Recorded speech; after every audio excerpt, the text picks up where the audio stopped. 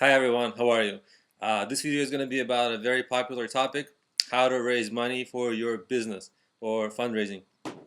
There are four buckets that I like to kind of group things in, and we'll go through all of them. And the four buckets are: you can get money through loans, grants, investments, donations. Um, so let's quickly go through each, and I'll try to give some kind of insightful tips on each of these and give you an idea of what you can expect. So the first are loans. Loans are not really recommended, but many people want them. So if you want them, here's how it works. I mean, it is recommended, but only like in rare cases. But anyway, here's how it works. Uh, Banks only loan to companies that are established for a couple of years and have substantial monthly revenue, right? That's most businesses are kind of earlier than that. So if you're earlier than that, some options that you have are Lending Club, Lendio.com, Prosper.com, and Kiva.org. Those are kind of like micro loans. They give you smaller amounts, and it's much easier to get that money. Still not that easy, but much easier than to get a loan from a bank. And you get smaller amounts, like under $100,000. But that's enough for some people to get started. Just the caveat there is that you will need to pay that money back. Um, most businesses don't succeed, right? The statistics of businesses are very negative, right? But all the time, all the loans, they need to be paid back, right? So there's risk there for you if you put that money into a loan, right? And sometimes it's a personal loan that you have to take, not a business loan, because your business, maybe if your business is too early, then it's like a personal loan more, so you got to pay it back. Um, yeah, so that's loans. Next, many people ask about grants. Grants are also another thing that, like, very low chance to get a grant because it's kind of free money and everybody wants that, right? So even though there's many grants out there, there's infinitely more people who want that. But here are some resources that you can try to use to get a grant for your business or a nonprofit. There's grants.gov, sba.gov, usda.gov, maybe commerce.gov, and I think it's cfda.gov. I wrote it down. So, not sure about the last one. CFDA? Yeah. Have to double check after the video. Uh, anyway, so those are the sites. And if you browse them, you'll find a lot of, and those are U.S. based. So if you're not based in the U.S. and you're watching this video, they're probably similar sites for your country. You just have to kind of look them up. But just look up grants in whatever country that you're in, and on Google, and you will find you a bunch of resources. So that's grants. There's also like local grants, your local city grants, maybe something from your niche or your community. They don't have to be from the government, but you gotta. But the key there is that you gotta really find them. You gotta search for them, right? See what grants are available in your local city, right? Is your maybe mayor or the local city hall, or do they have any initiatives like? And often they do, like they want to promote local business, and who knows. The thing is also that grants take a while. You got to do the application, then you got to wait. Meanwhile, you got to be doing your business, right? So it's a little bit of a thing where there's some investment on your part. There's a cost to you. Like you may not get that money, but there's a cost to you in the effort and time and blah blah blah. Because you can be spending that time and effort into your business, right? Like marketing your business, creating your website, things like that. So there's some risk in terms of time, and then you're going to be waiting for that thing. Just make sure that you don't just wait and sit around, because most businesses do not get grants. So don't just wait around. Apply and move on with your business. Grow it regardless.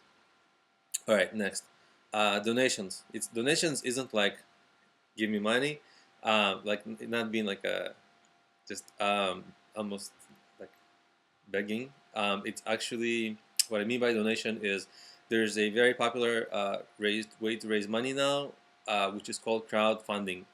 Um, it's growing really quickly, but many people still don't know what it is. So if you don't know what it is, really quickly, it's basically the leader in this space is KickStarter.com. You can go to KickStarter.com. The second site in the space is IndieGoGo.com, and there are a bunch of sites for niche things. So if you want to raise money for some niche thing, there may be some niche. Um, like I know for mobile apps, there is a niche mobile app uh, site that helps you raise money. But anyway, uh, the key there is, so the way it works is you post a project there. If people like what you're doing, they can donate to you like $20, $10, $50. But the key is that it's funding, so that many people are on those sites, and many people can contribute those small amounts, which can add up to larger amounts. So that's one way to raise your money, but it's not an easy way to raise your money, because many people want to raise money that way, and there's a lot of competition, and to stand out on those sites is not simple. So it's a whole topic in itself. I'll make a video eventually about how to have a successful crowdfunding campaign, but it's not easy. Even if you have a good one, it's almost like you have to be great to really succeed there, or you gotta ask all your friends and people you know, and they actually have to contribute. I mean, everyone asks people they know, but you actually have to ask people who will eventually contribute. So if you already have a big mailing list or a big website, it may be easier to raise money, because then you can email those guys. So that's crowdfunding. Look up IndieGoGo, KickStarter, things like that. Learn about it. It's useful, but again, it's hard to raise money. And so the last thing is investors. There's different kinds of investors for different kinds of businesses. I mean, if you have a restaurant, then you need a guy who invests in restaurants, and if you have a tech business, then you need a technology investor. And these are two very different kinds of investors, and there are many types of investors. Most investors these days, they like high growth, and which means technology. They tend to invest in large markets, and by large markets, I don't mean like what people think is big. I mean like billion-dollar markets, right? And they invest in growth. So you have growth, and if you're tackling a big market, like a billion-dollar market, and your product is innovative, they have a number of criteria. They in themselves, they have like many differentiators. Like some people like mobile, some people like health technology. So you gotta research. The site for that is angellist.com. That's the leading site to look at, to find tech investors. But that's tech investors. Can really help with restaurants or other kinds of businesses, because they're a little bit too niche, and you have to kind of dig deep and maybe ask around, or kind of you're a little bit on your own. You got to find the guys who invest in restaurants. And again, sometimes you just don't get an investment, no matter what your business is. Sometimes it's a matter of you being creative. So there's a lot to say about creative marketing. I mean, I just talked about the 4 buckets, like loans, grants, investments, and donations. But there really should be like the 5th bucket, which should be, well, there should be like really 6 buckets, where the 5th bucket should be you being creative, and maybe doing some events, or like, some event series, or some unique thing that raises you money, right?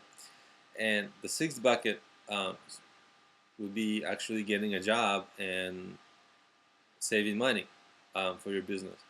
That would be really good, because especially if you have a job in your niche, you will be getting paid to learn about how to actually run your business. So that's a very good option, and you don't have to go out to investors or like whoever and start begging for money, like, and be dependent on them. You can actually be dependent only on yourself if you work. So working is actually something that I recommend, because I see on my mobile apps, and there's like 200,000 people now who are using these apps. And by the way, if you're curious, it's problemio.com. You can find all the mobile apps that I created, and search any app store, iOS, Android, Kindle, NOOK, for Problemio, or just visit the site problemio.com. It's going to have links to the apps. But the apps are pretty helpful for small businesses, and there are like 200,000 people using it, and I mean, they all want like grants, crowdfunding, donations. I mean, of course it's free money, but it's so hard to get. Very few people get that money, and a sure way to get it is by saving and working and saving. I mean, it's slow. You can't save that much that fast, right? It's not like you're going to save $100,000 really quickly, but try if you don't have easy access to capital, the strategy that you should take seriously is, or consider, is figure out how to get started on very low amounts of capital. Maybe cut some corners, maybe start smaller than you initially planned, but start. And make sure that the cost to start is kind of cheap enough, so that maybe you could just work a little bit, like a year or a few months, and save. That way, you'll learn about your business. You'll be able to like work on it on the side, and then you'll have the money. So it's I mean, of course, it would be better if like you have a rich uncle and they just hand you a bunch of cash. But most people aren't like that.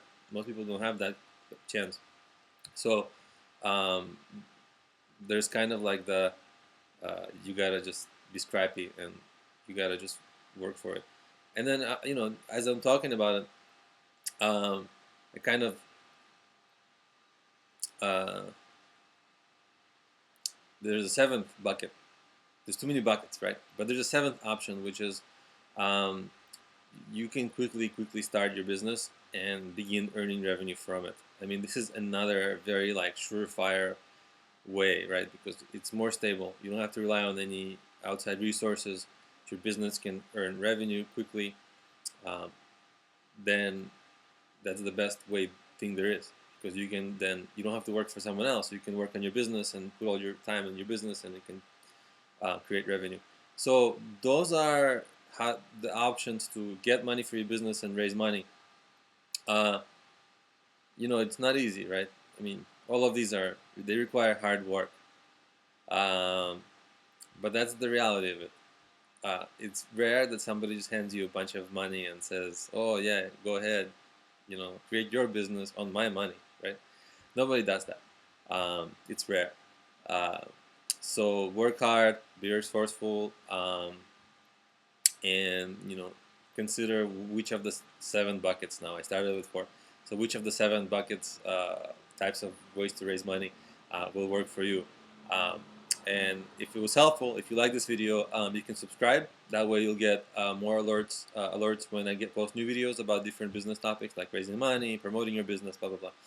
I try to make the videos very insightful. I hope it was insightful. So if it was insightful, yeah, try to subscribe. You can like the video, and I'll see you in my next videos. Bye.